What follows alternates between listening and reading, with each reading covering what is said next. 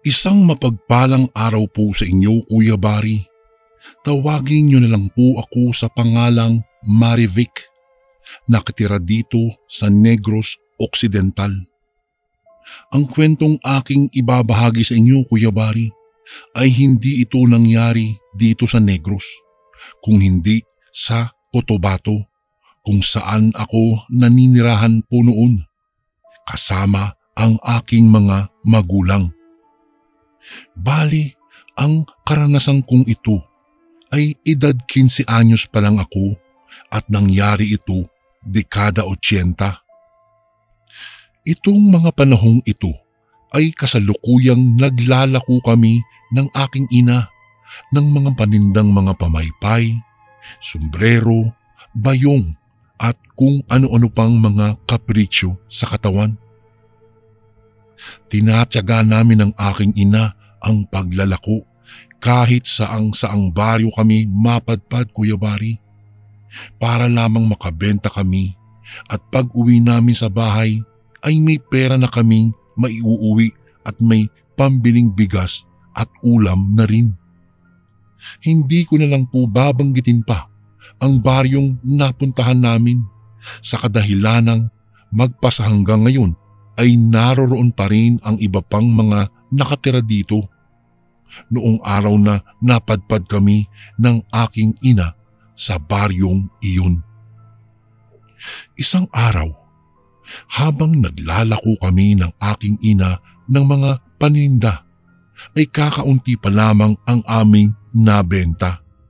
Kung kaya sinabi ko pa sa aking ina na pumunta pa kami sa ibang baryo para naman madagdagan pa ang aming kikitain. Nay, bakit hindi natin subukan pumunta dun sa baryong may fiesta? Para naman marami tayong mapagbentahan doon. Tsaka makifiesta na rin tayo para meron na rin tayong maiuwing pagkain sa bahay. O diba, nakabenta na tayo doon, mabubusog pa tayo sa mga pagkain, Nay. Suhestyon ko sa aking ina. Hindi ko kasi kabisado ang baryong iyon, anak. Isa pa, hindi pa tayo nakakapunta doon. Tsaka wala tayong kakilala doon. Nakakahiya namang makifiesta na lang tayong bigla-bigla. Wika ng aking ina. Ay sus naman ang aking nanay. Sayang rin yung kikitain natin doon, Nay. Malay mo, marami ang bibili sa mga paninda natin doon. Tsaka makakatipid na rin tayo ng pagkain kung makikifiesta lang tayo. Wika ko sa aking ina. Tsaka isa pa, Nay, bawas gastusin pa iyon sa pagkain. Malay mo, yung maakyatan nating bahay ay mabait, tapos magpauwi ng pagkain sa atin. Nangangarap kong wika sa aking ina. Hindi nga naglaon ay napapayag ko ang aking ina at agara na kaming naglakad papunta sa baryo kung saan may fiesta. Makalipas ang mahigit 1 oras ay dumating na kami sa baryong pupuntahan namin. At pagkapasok pa lang namin, Kuya Bari, ay nagtataka kami ng aking ina. Dahil fiesta ang baryong iyon, pero bakit wala man lang kaming nakikitang may mga bisita ang kabahayan? Mayroong mangilan-ngilan rin kaming nakikitang mga nagluluto ng pagkain at nagkakasiyahan sa may bakuran ng kanilang kabahayan. Ngunit ni isang tao sa daanan ay wala naman kaming nakikita. Bagkus ay nasa bakuran ng kabahayan lang ang mga ito at pawang nakatingin lang sa amin ng aking ina. Nay, akala ko ba may fiesta dito? Bakit wala man lang tayong nakakasalubong ng mga taong naglalakad dito? Tanong ko sa aking ina. Medyo nakaramdam na rin ako ng kaba ng mga sandaling iyon dahil kakaiba kung makatingin sa amin ang mga taong naroroon. Isa pa, para bang may nag-uutos sa akin na wag na kaming tumuloy ng aking inang maglako sa baryong iyon. Nay, wag na kaya tayong tumuloy magbenta dito. Doon na lang tayo sa ibang baryo, doon tayo maglako ng mga paninda natin. Wika ko sa aking ina. Ay nako, ayan ka. Nandito na tayo anak. Samantalahin na natin. Baka doon sa unahan ay may bibili naman siguro. Tugon nito sa akin. Kahit nakaramdam ako ng kakaiba, ay hindi ko na lang inintindi pa yun. Batid ko kasing nais lang makabenta ng aking ina. Kung kaya, ninais pa niyang pumunta pa kami sa dulo ng baryo. Kaya naman, naglakad pa kami hanggang sa tuluyan na naming narating ang gitna ng baryo. Kakaiba naman ang mga tao dito, Nay. Biruin mo naman, tinan mo, mag-aalas 4 na ng hapon, pero wala pa rin tayong nakakasalubong ng mga tao dito sa labas. Reklamo ko sa aking ina. Liblib na kasi ang baryong iyon, Kuya Bari, at hindi na sementado pa. Isa pa, ang mga kabahayan doon ay gawa lamang sa mga anahaw at kawayan. Kung magawi ka sa baryong iyon, ay aakalaing mong malapit lang iyon sa palengke. Dahil na rin sa malansang amoy na malalanghap mo sa buong paligid. Amoy malansang parang dugo kasi iyon, Kuya Bari. At nakikita kong maraming langaw rin ang nagliliparan na para bang malapit lang iyon sa kulungan ng mga manok. Idagdag mo pa ang naglalakihang mga puno at sagingan ang nasa gilid ng daanan. May mga maisan rin, ngunit wala ka talagang makikitang mga taong naglalakad-lakad sa kalsada, kung hindi kaming dalawa lang ng aking ina. Bago ko po ipagpatuloy ang kwentong ito ay may request sana ako sa iyo, kasundo. Isang pindot lang ito, kasundo, sa subscribe button namin. Malaking tulong po ito sa amin, kasundo, upang mapagpatuloy pa namin ang mas marami pang magagandang kwento. Salamat sa pag-subscribe mo, bagong kasundo.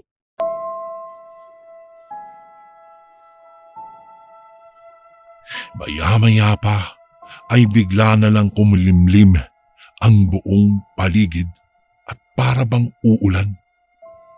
Naku po, inay, mukhang aabutan pa yata tayo ng ulan. Kamalas naman natin. Kanina pa tayo naglalakad pero wala man lang lumalapit sa atin. Kapag naman inalok naman natin, nakatitig lang ang mga iyon na para bang kakainin tayo. Reklamo ko sa aking ina. Ay nay, umuwi na lang tayo. Aya ko sa aking ina. Nakailang hakbang pa lang kami ng mga sandaling iyon, Kuya Bari. Noong bigla na lang bumuhos bigla ang ulan.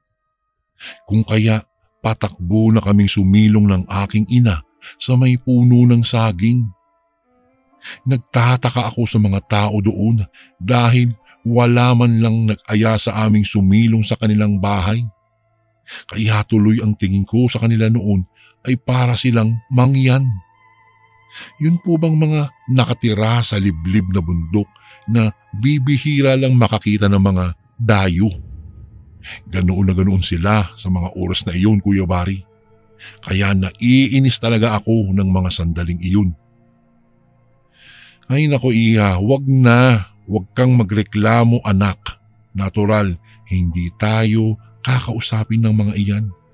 Hindi naman kasi tayo kilala Saad ng aking ina. Makalipas lang ang mahigit 2 oras ay huminto na ang ulan, kung kaya nagmadali na kaming maglakad palabas ng baryong iyon dahil sa nabasa na rin kami at maggagabi na. Habang naglalakad kami ay may nararamdaman akong kakaibang presensya sa paligid. Yung bang pakiramdam mo ay may nakatingin at nakasunod sa iyo? Kung kaya, lumingon-lingon ako at tumingin ako sa paligid. Subalit, wala naman akong nakitang tao o kung ano pa mang na naging sanhi sa nararamdaman kong presensya. Nay, may dala ka bang ilaw? Tanong ko sa aking ina. Dahil siya ang palaging nagdadala ng ilawan namin. Minsan kasi ay ginabi na kami sa daanan pauwi sa bahay pagkatapos naming maglako ng mga paninda. Kaya ito na nga, kinuha naman kaagad ng aking ina ang pang-ilaw na nasa loob ng kanyang bayong at agad na ibinigay ito sa akin. Bilisan na nating maglakad, anak. Wika ng aking ina at halos ay kaladkari na ako nitong maglakad. Kaya naman, imbis na magreklamo pa ako, ay sumunod na lang ako sa kanya at nagmadali na ring maglakad.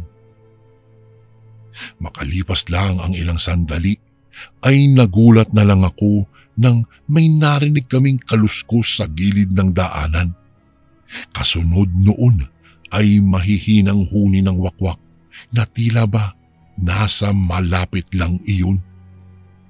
Hanggang sa hindi sinasadya ay bigla kong natapatan ng ilaw ang isang lalaking nakatayo sa gilid ng daanan. Namumula ang mga mata nitong namumugtong nakamulagat. Matalim na nakatitig iyon sa amin at walang humpay ang pagtulo ng laway nito. Habang naririnig kong naglalabas ito ng boses na tila ba sumisinghap-singhap iyon. Nakita ko rin ang mahahabang mga kuko nitong matutulis. Kung kaya, mabilis na akong hinatakpa ng aking ina bago pa makakilos ang lalaki. Anak, aswang iyon. Tumakbo na tayo. Rinig kong sigaw sa akin ng aking ina at mabilis siyang tumakbo. Kumaripas na rin ako ng takbo at hinabol ang aking ina.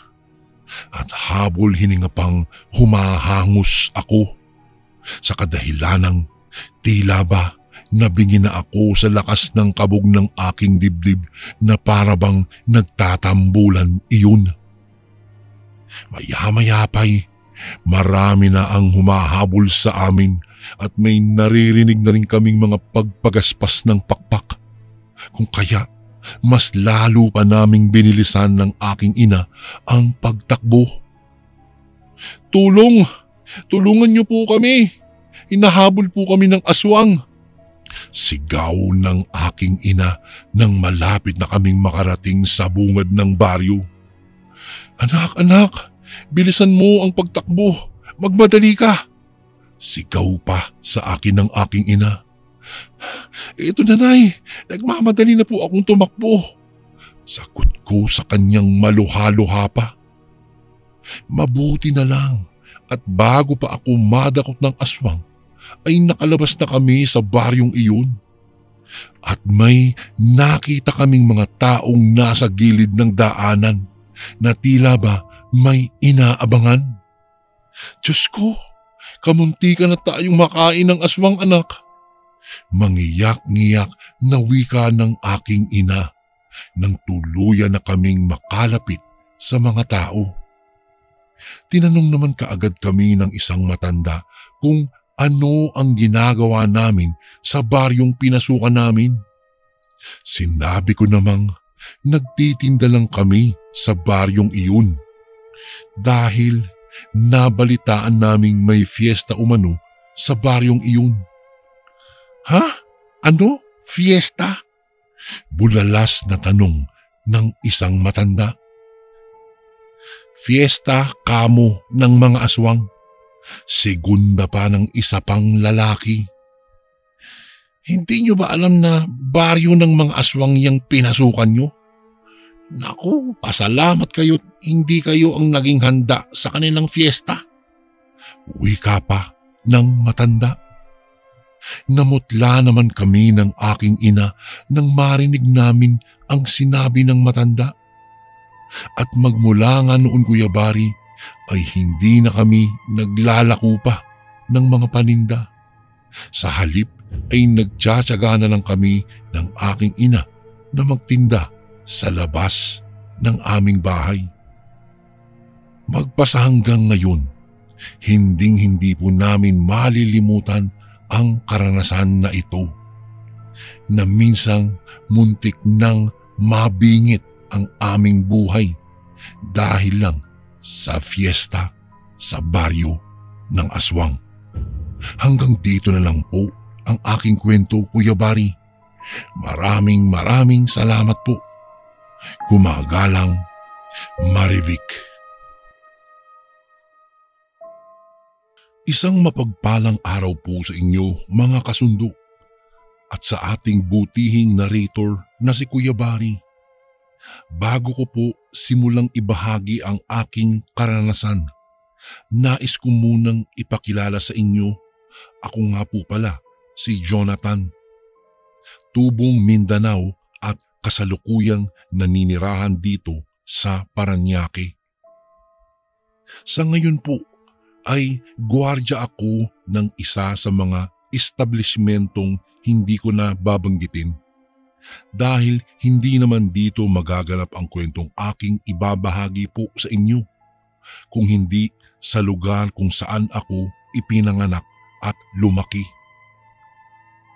Nangyari po ito dekada 80 at ang edad ko noon ay 16.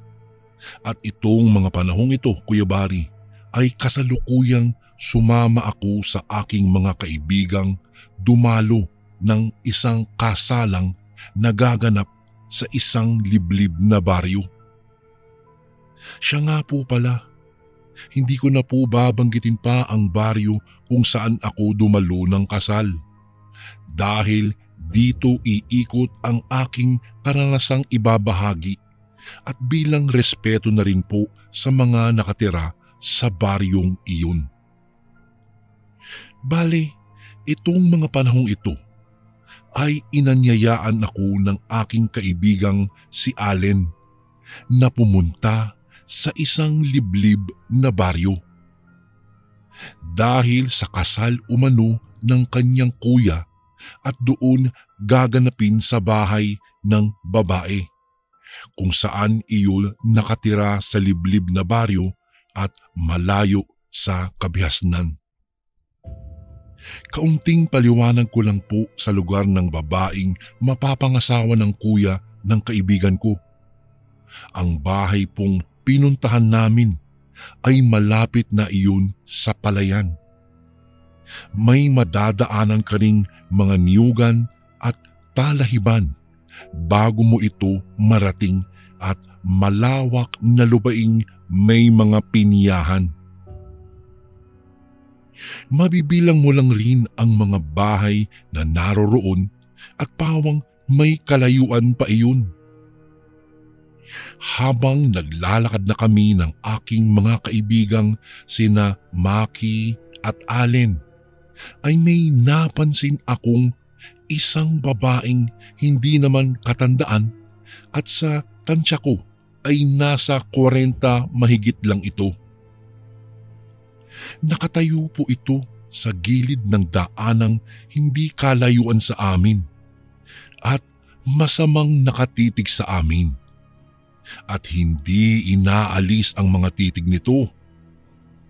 Noong una, hindi ko na lang iyon pinansin dahil sa aking buong akala ay nagpapahinga lang ito sa gilid ng daanan at tumitingin-tingin lang sa mga nagpaparaan ng tao. Subalit, pagkalagpas namin sa babae ay nasipat kong matalim na itong nakatitig sa amin at napapansin ko ring tila buhaghag ang buhok nitong nakabagsak sa balikat. May naaamoy na rin akong kakaibang amoy na nagmumula sa babae at para bang amoy putok o kaya'y hindi naliligo ng isang buwan. Ganoon na ganoon po ang naamoy ko, Kuya Bari. Maging ang mga kaibigan kong sina Allen at Maki ay napatakip na rin ng kanilang mga ilong. Ano ba yan? Grabe, anong amoy yun? Ang baho naman. Reklamo ni Maki. Kung kaya, bahagya ko itong siniko sa tagiliran at sinabing maglakad na lang kami at huwag na siyang mag-ingay pa. Saka ininguso ko ang babaeng naglalakad na nakasunod na sa amin. Nang mga oras na iyon, Kuya Bari, kahit na katanghali ang tapat pa lamang at katirikan ng araw, ay nakaramdam ako ng kaba sa dibdib. Dahil hindi maalis-alis sa gilid ng paningin ko ang presensya ng babaeng nakasunod sa amin. Ako po, tara na mga pre. Bilisan na natin ang paglalakad. Wika ko sa mga kaibigan ko at nagmadali ng maglakad. Nakahinga lang po ako nang maluwag nang masipat kong lumihis ng landas ang babae at pumasok ito sa isang maliit na daanang papasok sa naglalakihang talahiban. Huy, ano yun? Grabe ha, kinabahan ako doon sa babae ha. Bulalas na wika ni Allen nang tuluyan ng hindi makita ang babae. Maging ako man ay kinabahan na rin dahil sa dayo lang kami sa baryong iyon at wala pang gaanong kapitbahay. Pagkatapos, bigla-bigla na lang may tumitidig sa inyo ng masama at ang masakla pa ay sinundan ka pa nito. Sino ba naman ang hindi kakabahan kung ganoon ang magiging sitwasyon mo? Ilang minuto lang ang lumipas ay dumating na kami sa bahay kung saan gaganapin ang kasal. Agad naman kaming pinapasok ng ina ni Allen at inasikaso. Oh mga iho, bakit ngayon lang kayo? Kanina ko pa kayo hinihintay. Akala ko tuloy hindi na kayo makakapunta dito anak. Tanong ng ina ni Allen na kasalukuyang tumutulong sa pag-aasikaso sa mga bisita. Naku nay, pasensya na po. Medyo natagal lang po kami. Ito si Maki kasi may ginawa pa sa bahay nila eh. Pagdadahilan ni Allen sa kanyang ina. O siya, sige, magsikain na kayo at maya-maya lang tulungan niyo akong mag-asikaso sa mga darating na bisita. Wika sa amin ni Tia Norma, ang ina ni Allen. Bago ko po ipagpatuloy ang kwentong ito ay may request sana ako sa iyo kasundo. Isang pindot lang ito kasundo sa subscribe button namin. Malaking tulong po ito sa amin kasundo upang mapagpatuloy pa namin ang mas marami pang magagandang kwento. Salamat sa pag-subscribe mo, bagong kasundo.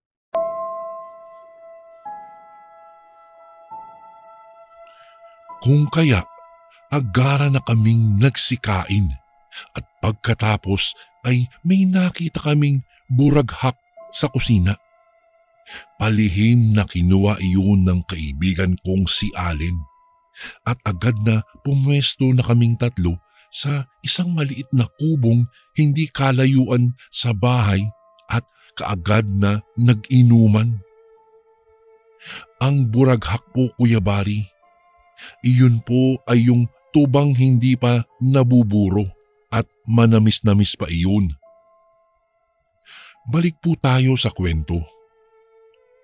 Pagkatapos po naming pumunta doon sa kubo ay kumuha ng pulutan at agad na kaming nag-inumang magkakaibigan. Makalipas lang ang ilang oras at sumapit na ang dilim ay nagkakasiyahan na kami nang biglang lumapit si Tia Norma at inutusan kami nitong bumili sa tindahan ng maiinom. Dahil kinulang umano ang alak at nais pang humirit ng alak ang mga bisita ng ikakasal. Nay, hindi ko ba pwedeng iba na lang ipabili nyo? Hindi ko na kasi alam yung tindahan dito eh. Isa pa, tingnan nyo, madilim na po. Reklamo ni Allen. Wala na kaming nagawa pa nang ipinagpumilit sa amin ng ina ni Allen na bumili na umano kami ng alak at wag nang magreklamo pa. Dahil ayon sa ama ng babaeng ikinasal ay may bukas pang tindahan sa tawid ng tulay. Naisip kong medyo may kalayuan ang tindahan mula sa bahay nila. Kaya naman nagdala kami ng flashlight para magsilbi itong liwanag sa daanan. Noong dumaan na kami sa may niyugan, naramdaman kong may kumakaluskos sa talahiban sa gilid ng aming dinadaanan. At may maliit at maitim na ibon rin akong nakikitang lumilipad at dumaan ito sa gawi namin.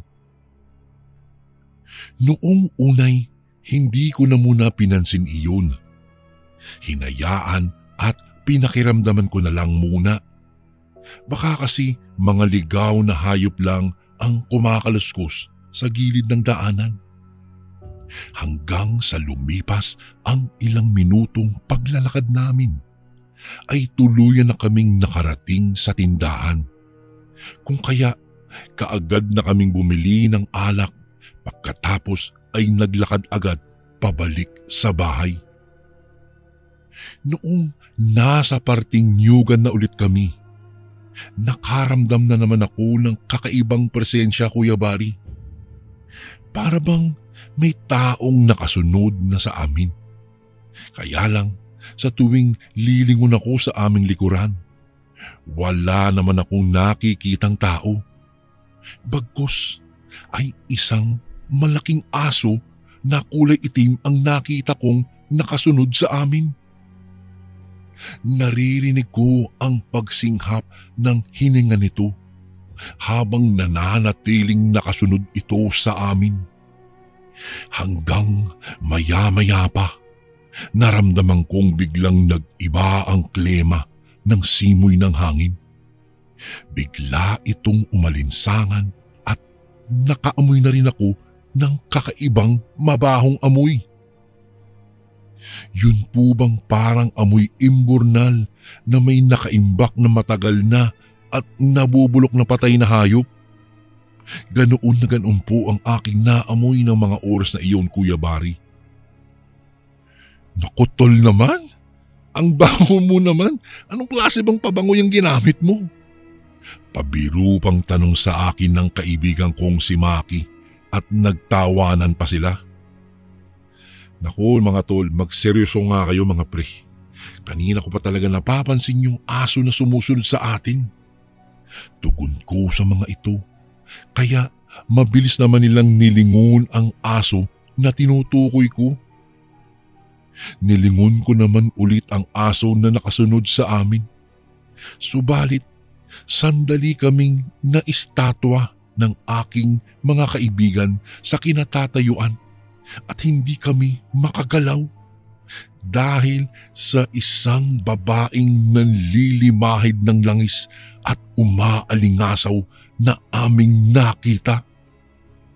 Napasinghap ako nang maamoy ko ang napakabahong amoy nito na sa tingin ko ay dahil iyon sa langis na pinapahid nito. Amoy malansang dugo iyon na amoy pinaghalong nabubulok na basura at patay na hayop. Nakadapa ang babae sa lupa habang itinutukod nito ang mga braso at dahan-dahang gumagapang papalapit sa amin. Nang malapit na ito sa kinaroroonan namin, ay naririnig ko na ang bawat paghinga nito na tila ba naghahabol at parang may halak o plema ito sa dibdib. Tol, Tol, aswang yan!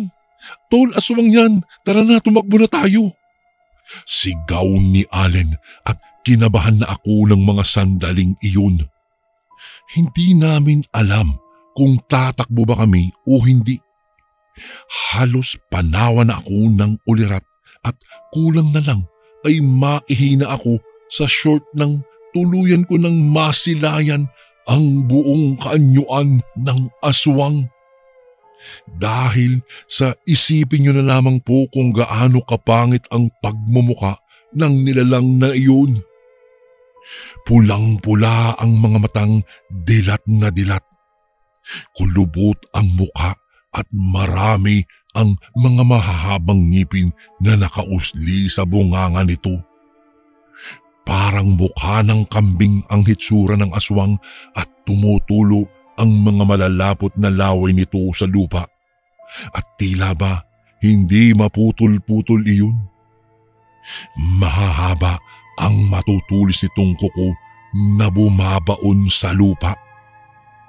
Kung kaya, mabilis pa sa 4:00 kaming nagtatakbo patungo sa bahay habang humihingi ng tulong.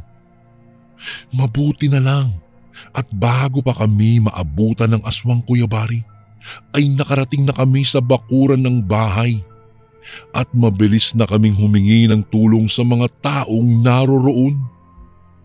Subalit, noong lingunin ko ang nilalang, ay natanaw kong nasa di kalayuan na ito at nakita ko iyong babaeng nakasunod sa amin kaninang tanghali.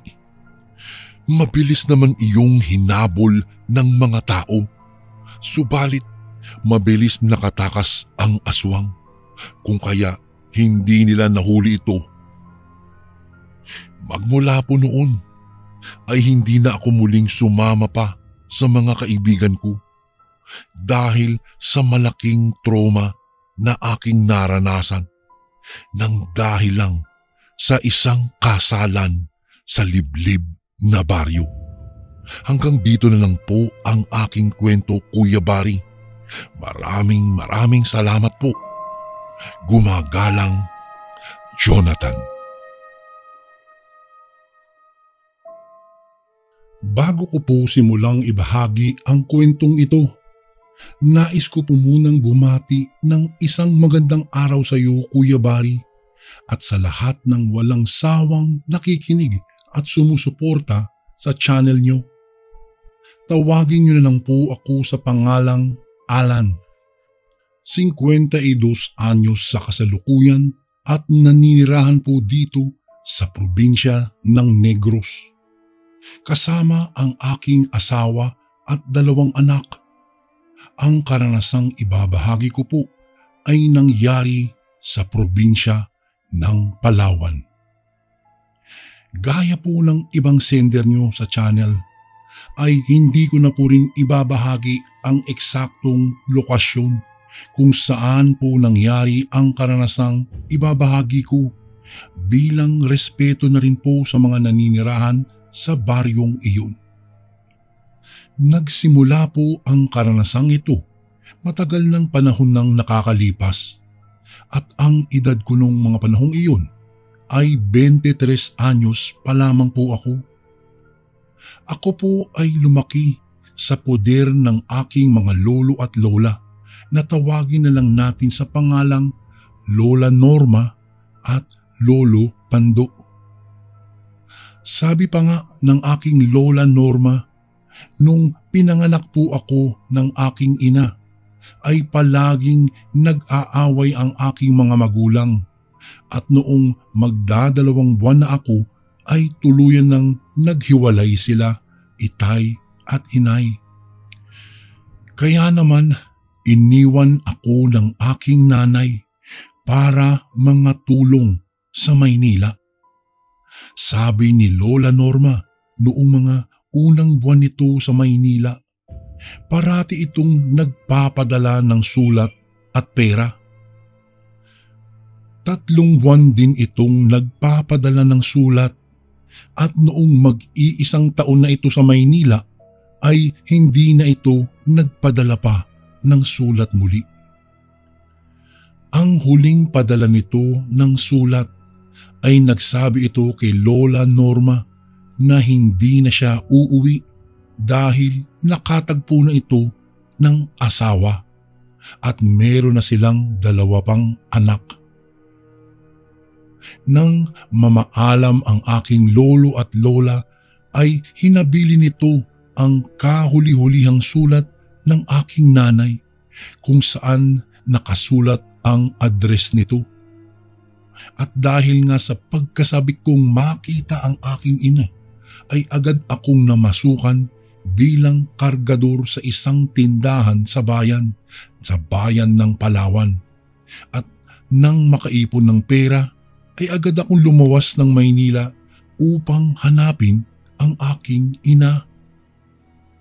Ngunit sa kasawiang palad, hindi ko po nahanap ang aking ina dahil na rin nagbago na ang lugar at ang mga kabahayan. Sabi nga nila, mahirap hanapin ang ayaw magpahanap. Kaya naman Kuya Bari, naghanap na lang ako ng mapapasukan. Makalipas lamang ng 1 linggong paghanap ng trabaho ay agad naman akong nakapasok bilang boy sa isang mayamang pamilya. Dito ko rin po nakilala ang aking napangasawa na tawagin na lang natin sa pangalang Jovi. Si Jovi po ay kasambahay sa bahay na iyon at ulila din sa pamilya, kaya naman agad kaming nagkapalagayan ng loob. Noong nakaipon kami ng kaunting pera, nagkasundo kaming umalis na sa pinagtatrabahuhan at umuwi na sa lugar ng Masbate kung saan ito lumaki at doon na rin manirahan. Mag-aalas 3 na nang makarating kami sa bayan ng Masbate at ang buong akala ko ay doon na natatapos ang aming biyahe. Kaya naman nagulat ako nang sabihin ng aking asawa na kakailanganin pa naming sumakay ng habal-habal upang makarating sa tampalan ng mga bangka. Pwede ba tayong magpalipas muna ng gabi dito at ipagpabukas na lang natin ang pag-alis? Tanong ko sa aking asawa. Agad naman itong tumingin sa akin at ngumiting nagwika ng, "Naku, mahal kong asawa, delikado ang magpalipas ng gabi dito. Kaunting hintay na lang at dadating na ang bangka na masasakyan natin." Makalipas lang ng kalahating oras ay may natanaw kaming bangka sa di kalayuan sa pantalan. Kaya naman agad akong napangiti dahil sa makakasakay na kami. Magdidilim na din kasi ng mga oras na iyon, kaya naman nagmadali na kami at sumakay sa bangka. Makalipas lang ng ilang minuto ay nagtanong ako sa aking asawa kung malayo pa ba ang baryo nila. Agad naman itong nagwika ng, Hindi naman, malapit na tayo." Noong lumingon-lingon naman ako sa paligid ay may natanaw akong isang baryo na parabang may fiestahan sa dami ng ilaw at may mga narinig pa akong nagkakantahan. Hindi ko naman iyon pinansin pa at nang makarating na kami sa pangpang ng baryo kung saan lumaki ang aking asawang si Jovi, ay agad naman kaming naglakad papunta sa isang bahay sa di kalayuan sa dagat. At agad nagwika si Jovi ng, "O mahal, andito na tayo. Ito ang bahay ng mga magulang ko noong nabubuhay pa sila, tatay at nanay." Ang bahay po nila iyon, Kuya Bari, ay tipikal na bahay ng mga tao sa probinsya na may silong at may mataas na parte ng bahay kung saan kami matutulog at may maliit na bakuran. Doon ay mapayapa kaming namumuhay. Ako ay nangingisda at paminsan-minsan ay nagtitinda din ng mga huli kong isda sa bayan. Bago ko po ipagpatuloy ang kwentong ito ay may request sana ako sa iyo kasundo. Isang pindot lang ito kasundo sa subscribe button namin. Malaking tulong po ito sa amin kasundo upang mapagpatuloy pa namin ang mas marami pang magagandang kwento. Salamat sa pag-subscribe mo, bagong kasundo.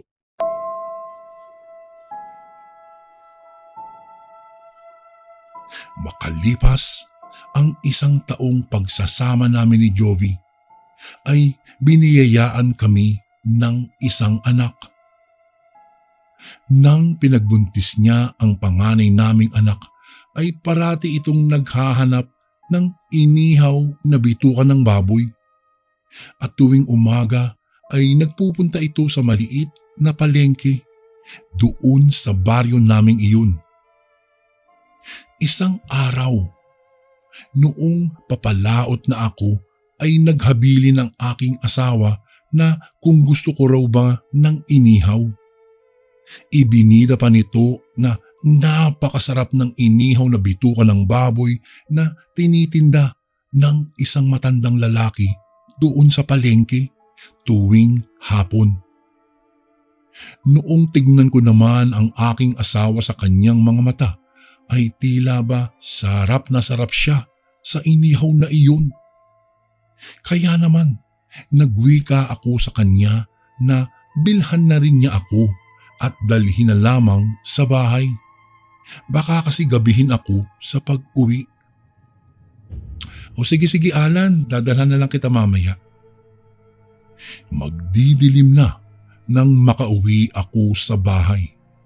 At pagpasok ko nga sa bahay ay agad na akong nakaamoy ng masarap na inihaw. Kaya naman agad akong nagtungo sa mesa kung saan kami kumakain.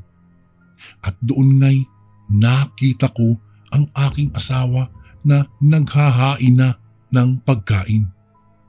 Kaya naman agaran na akong umupo at noong kakain na sana ako ay napansin ko na walang sausawan ang inihaw na dala ng aking asawa. Kaya naman agad akong nagtanong dito kung nasaan ang sausawan ng inihaw na dala niya. Baka kasi nailagay lang niya ito sa isang plastik. Sumagot naman siyang wala umanong sausawan ang binibentang inihaw ng matanda. Ngunit masarap pa rin daw kahit wala itong sausawan. Kaya lang ay hindi ako nakukontento kapag walang sausawan. Kaya nanghingi na lamang ng kalamansi. Inabot naman ni Jovi ang kalamansi at agad ko itong piniga sa inihaw na bituka ng baboy. Maya-maya pa'y parehas kaming nagimbal sa nakita namin dahil agad na nagbago ang wangis ng inihaw na bituka ng baboy at naging isa itong bituka ng kung anumang hayop na hindi ko maintindihan. At ang kaninang masarap na amoy ng inihaw ay bigla na lamang itong naglabas ng masangsang na amoy na parabang amoy na bulok ng hasang na isda na nabubulok. Sandali ko pang tinitigan iyon hanggang sa walang ano-ano ay napansin kong tumitibok pa iyon at may mga nakabalumbon na buhok ng tao at nangingitim na dugo sa paligid. Kaya naman agad naming itong itinapon sa labas ng bahay. Subalit bigla na lang kaming nakarinig ng huni ng ibong nasa taas ng aming bubungan na tila ba paikot-ikot lang ito. Agad na akong kumuha ng buntot ng pagi na binigay sa akin ng aming kapitbahay nang malaman nito na nagdadalang tao ang aking asawa. Hindi po talaga ako naniniwala sa mga ganitong nilalang, Kuya Bari. Bilang respeto na lang sa kapitbahay namin, ay tinanggap ko na lamang kahit na hati ang aking paniniwala sa mga ganitong nilalang. Noong makuha ko na ang buntot pagi, ay agad ko namang tinabihan ng aking asawa at parehas kaming nakaramdam ng pangingilabot at nakiramdam sa paligid. Nang may bigla na lamang bumagsak sa aming bubungan at nakita ko pa na pilit itong binubuklat ang aming pawid na bubungan. Tila parang galit na galit itong pilit buksan ang pawid. Kaya naman, noong matanaw ko na ang kamay nitong may naghahaba ang kuko na papasok sa butas, ay kaagad kong hinampas ng buntot ng pagi. Agad itong umangil ng napakalakas at mabilis na lumipad papalayo. Dahil sa takot ng aking asawa, ay napayakap na lang ito at umiyak dahil na rin sa pag-aalala sa aming magiging panganay na anak. Maya-maya'y nagsuka ang aking asawa. Hindi ko alam ang aking gagawin. Takot na takot kaming dalawa noong mga sandaling iyon. Naghintay na lang ako ng mag-umaga para dalhin ang aking asawa sa isang manggagamot. At hindi nga nagtagal, hindi na ako nagpatumpik-tumpik pa at agad kaming pumunta sa isang kilalang manggagamot sa isla na yun at pinatingin ang aking asawa dahil na rin sa walang tigil nitong pagsusuka. Noong matignan siya ay wala namang kaming dapat ikabahala umano dahil ang mga sinuka ng aking asawa ay ang mga nakain niyang inihaw na bituka ng tao. Kaya naman, nang hindi pa nakakapanganak ang aking asawa, ay nagkasundo kami na manirahan na lang sa Palawan, doon sa bahay ng aking lolo at lola. Magmula po noon, Kuya Bari, ay hindi na muli kaming tinambangan pa ng aswang. Naging isang malaking leksyon para sa aking asawa ang pagbili ng bituka ng baboy. Magmula po noon ay hindi na siya kumakain pa ng inihaw na bituka o ang tinatawag nating isaw. Hanggang dito na lang po ang aking kwento, Kuya Bari. Maraming salamat po sa pagbasa ng aming email. Kumagalang, Alan.